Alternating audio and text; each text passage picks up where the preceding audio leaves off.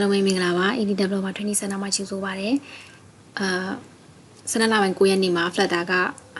ကသူ့ရဲ့ 2.8 version ကို release လုပ်လိုက်တယ်ပေါ့နော်အဲ့မှာ Flutter 2.8 မှာ feature အသစ်တွေပါလဲဆိုတာကိုပြပြသွားမှာဖြစ်ပါတယ်ပထမဆုံးတစ်ချက်အနေနဲ့Flutter က improve performance and less memory consumption ပေါ့နော်performance တွေကိုမြှင့်လိုက်တယ်ပြီးလို့ရှိရင်သူ့ရဲ့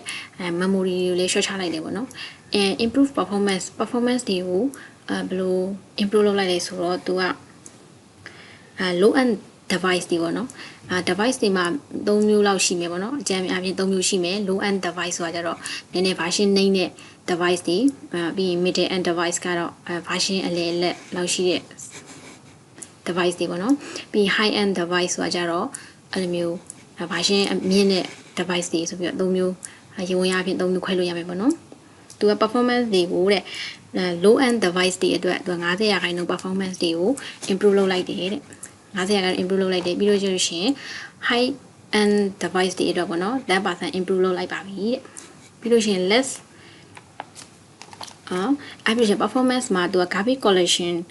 local testing မှာ garbage collection policy ကိုလည်း300 millisecond ပေါ့နော် second နဲ့ဆိုရင် 0.3 second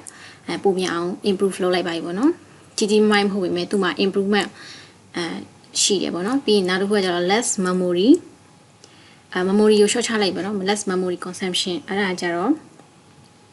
သူရဲ့ memory ကနေပြီးတော့ပုံမှန်ဆိုရင် Flutter မှာ DVM တွေပါရှိရပေါ့နော် DVM ကသူ့ရဲ့အရင်တော့ဆိုရင်သူ memory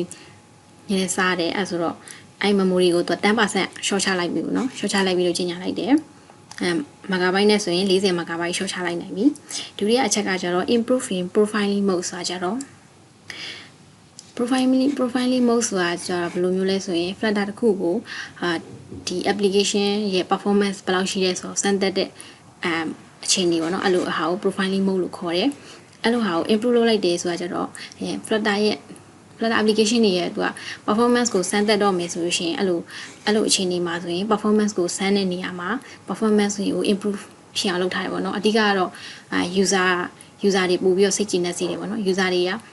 သူတို့ performance ကိုစမ်းတဲ့အချိန်မှာအရင်ထက်ပို့ပြီးတော့နည်းနည်းမြန်လာတဲ့အတွက် user တွေအတွက်good look ဖြစ်သွားတယ်ပေါ့နော်အရင် user တွေအတွက်ကြည့်ကောင်းသွားစေမယ်ပေါ့နော် user တွေကျင်းနေသွားစေမယ် improvement တစ်ခုဖြစ်တယ်နံပါတ်3ကကြတော့ upgrade to the camera တဲ့ camera library ကိုလည်း upgrade လုပ်လိုက်ပါပြီတဲ့ embedded camera ကအရင်ကတည်းက custom camera တွေတော်တော်များများ library တော်တော်များအလုံးမလုပ်ဘူးเนาะအလုံးမလုပ်ဘူးသူတို့ gallery တွေပဲအလုံးလုပ်ပြီးတော့ camera တွေကအလုံးမလုပ်ကြဘူးအခုကသူက upgrade လုပ်လိုက်ရလို့ပြောလိုက်တယ်ဆိုတော့အဲ့ဒါကိုစမ်းမှုတော့ရှိရပါเนาะမစမ်းရသေးဘူးဒါပေမဲ့သူကအဲ့ဒါကို camera ကို upgrade လုပ်လိုက်ပြီးလို့ကြီးညာလိုက်တယ်ပြီးတော့ခြားတော့ embedded web plugin ဆိုတာကြတော့ embedded web plugin ကိုလည်း upgrade လုပ်လိုက်တယ်တဲ့အရင်ကတည်းကweb view တွေပိုင်းသုံးတယ်ပေါ့နော် mobile ထဲမှာလည်း web view တွေထည့်သုံးတာရှိတယ်ဒီမှာဆိုလည်းသူ web app မှာဆိုလို့ရှိရင်လည်းသူ web view တွေသုံးတာရှိတယ်အဲ့ဒါတွေကိုလည်းသူ update လုပ်လိုက်ပါပြီလို့ကြီးညာလိုက်တယ်နံပါတ်4အချက်ကကြတော့ more support for 2D game development ပေါ့နော် Flutter နဲ့ game တွေလည်းရေးလို့ရနေပြီဆိုတော့သူရဲ့ 2D game development တွေကိုလည်းပို့ပြီးတော့ supportလုပ်လိုက်ပြီပေါ့နော်အဲ့ဒါဘာလဲဆိုတော့သူက flame ဆိုတဲ့ library အသစ်လေးနဲ့မိတ်ဆက်ပေးလိုက်တယ်တကယ်လို့ Flutter နဲ့ game ဆန်းနေတဲ့လူတွေရှိလို့ရှိရင် flame ဆိုတဲ့ library အသစ်လေးကိုစမ်းသပ်လို့ရပါပြီနံပါတ်5အချက်က more support for Google ADS ဆိုတာကြတော့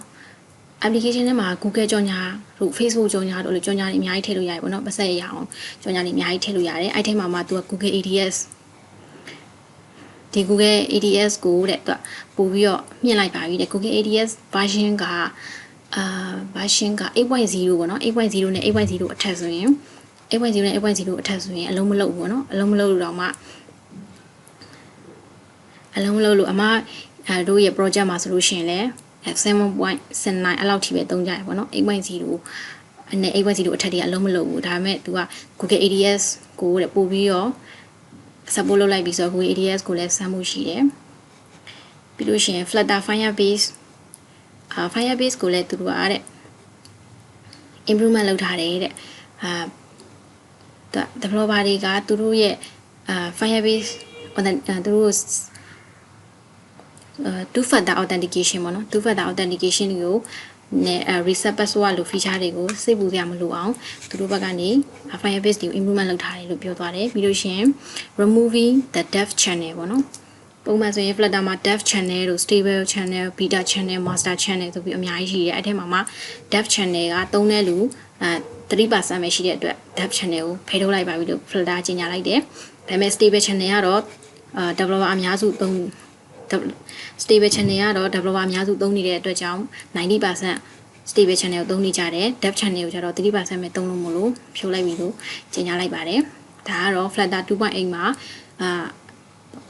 ဘာတွေအသစ်ပြောင်းလဲသွားလဲဘာတွေ upgrade နဲ့ improvement တွေဖြစ်သွားလဲဆိုတာပြပြပေးသွားတာဖြစ်ပါတယ်ခုလိုနားဆင်မိတဲ့အတွက်အားလုံးကျေးဇူးတင်ပါတယ်နောက်ထပ်ဗီဒီယိုတွေကိုလည်းဆက်လက်အားပေးကြပါအောင်